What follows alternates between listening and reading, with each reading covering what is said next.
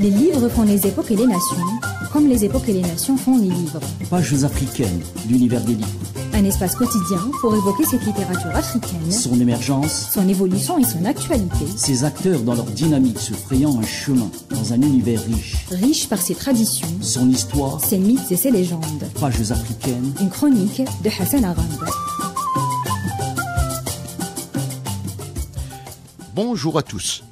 Publié en 2017, Djibril ou Les ombres portées est le premier roman de l'écrivain et cinéaste tchadien Mohamed Saleh Haroun.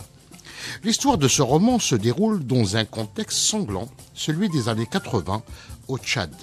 C'est l'histoire d'un enfant des rues, Djibril, qui a perdu la mémoire de sa petite enfance. Djibril vante alors sa liberté d'agir comme il l'entend.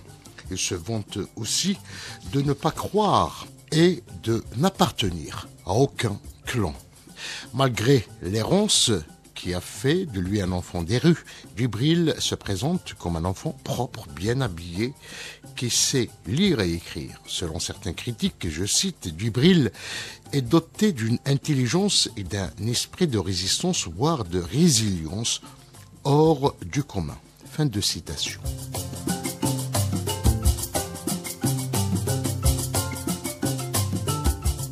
Djibril, dont les rêves étaient au-delà de la réalité de la guerre et de l'enfer politique où il se débat, voulait devenir cinéaste ou écrivain pour être témoin d'un pays alors déchiré par la guerre, affaibli par la corruption et par un système assisté par l'armée française.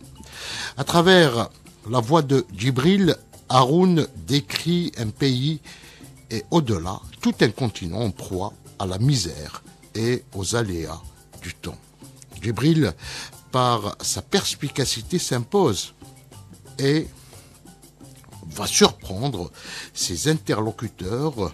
C'est le cas par exemple du père Francisco, qui le prend sous son aile, ensuite par la police secrète qui l'arrête à 2 reprises, et enfin par une jeune fille dont il tombe amoureux, Hilwa, la promise du maire.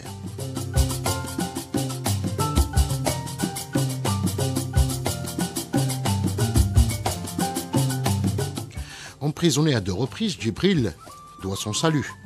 La première fois au père Francisco et la seconde fois aux révolutionnaires qui ne rêvent de prendre le pouvoir pour rendre la liberté à tous les opprimés.